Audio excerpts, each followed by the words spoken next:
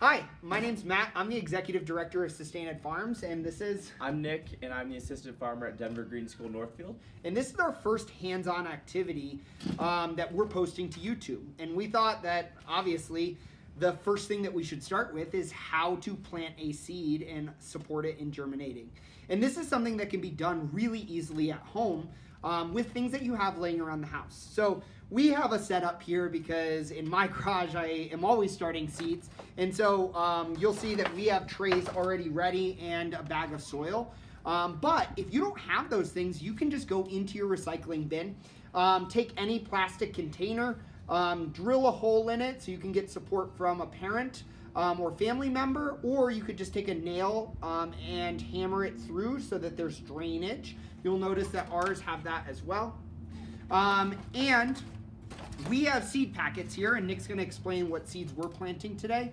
But if you don't have seed packets, you can actually collect the seeds from fresh produce in your house, allow them to dry out for a little while, and then you can replant those in a system just like we're going to show you. So Nick, awesome. Do you want to explain what we're planting today? Yep, so we are planting some basil and tomato, both plants that we are going to be taking outside eventually, but starting inside right now. Great.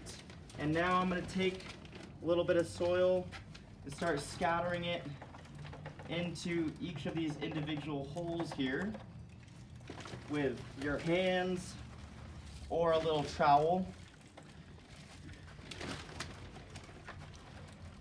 Making sure that the surface is level for when we plant our seed.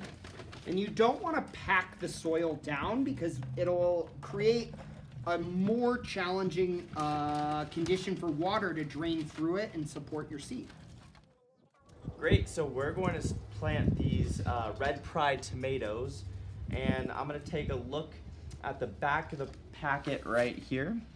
And we're going to be planting these inside, and so the recommended start time is 6 to 8 weeks before average last frost, so we can move them outside eventually. And we're going to plant probably 2 seeds per plot just to make sure that we're making sure that one of those seeds is germinating, and then we'll thin as needed when they actually start germinating. Awesome, so we're ready to begin planting. I'm going to open up this packet, and just one more time reference the back, and it says to plant at a 1/4 of an inch of a depth, and generally we like to say that's about a fingernail into the soil. So I'm going to make my holes right into the soil here. Okay, we'll do one tray at a time. Make sure we're not skipping any holes. Okay, I'm going to empty some seeds out into my palm.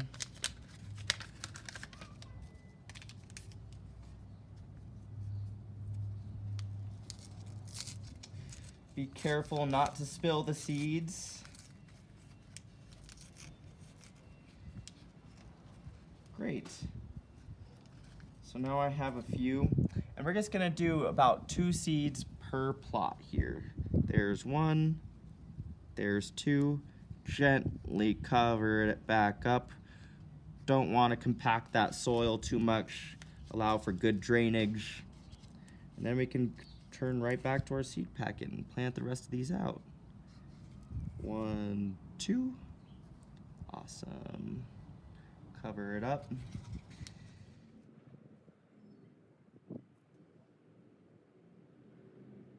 So now that we have placed seeds in every single one of our containers, it is time to understand how to take care of these. Because if you just leave seeds in dirt, they will not grow. So the 2 things that we really need to make sure that we have to make sure that our seeds actually sprout are 1, the soil needs to be moist, and 2, it needs to be warm. So what we first need to do is talk about watering. Now, I think the easiest way to water seeds is with a little spray bottle like this.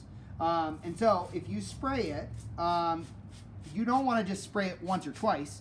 You actually want to spray each one so that you see a small pool of water. And once you start to see a small pool of water, you know you need to stop. Because if you flood the seed, it's not great.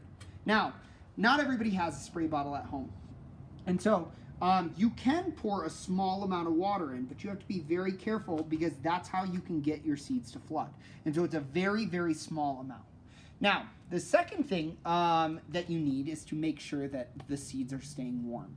We're planting outside because today it's about 60 degrees out. But if we were to leave these outside, it's going to get down to about 32 tonight, and all of our seeds would die. And so in our garage, which I'm going to show you in a sec, we have grow lights set up to make sure that these seeds are staying warm. But most people don't have grow lights at home. So if you place them in a sunny window, like right next to me, I actually have a very sunny window with plants growing as it is. You can get them set up right there. It's also really important that you're checking your seeds daily. If the soil is not moist to the touch, then you need to water it again every single day. And depending on what seeds you actually planted, in about 2 weeks or so, you'll start to see those sprouts.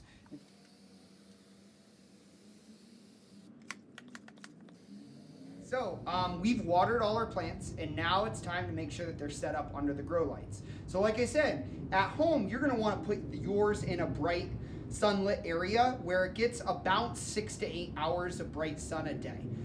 If it gets more than that, it's probably not the ideal window. And if it gets less than that, you need to make sure that it gets a little bit brighter. But I wanna show you where all the DGS and Inspire starts are and how we set them up. So follow me.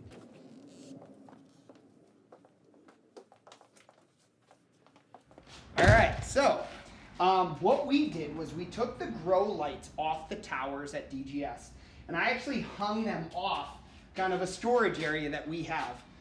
This car is not one that we're using right now, so I'm kind of using it to actually even put plants on top of.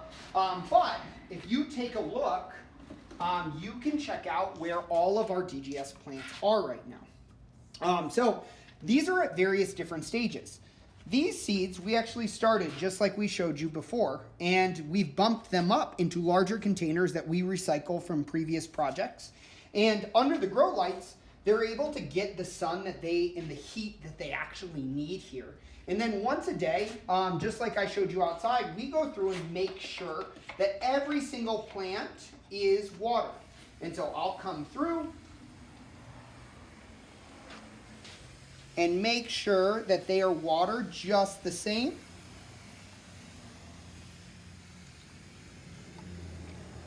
And you'll see the trays that we just brought out. One of the things that if you have it at home, these plastic sheets on top help keep moisture and heat inside of them. And so this isn't a perfect fit for it, but we'll actually add this on top here to help support those seeds for germinating. So thank you so much for tuning in. If you liked this video, let us know by giving it a thumbs up and by subscribing to our channel and sharing it to your friends. Every single day that DPS is closed, we are going to have a video and an activity that you can do at home. See you tomorrow.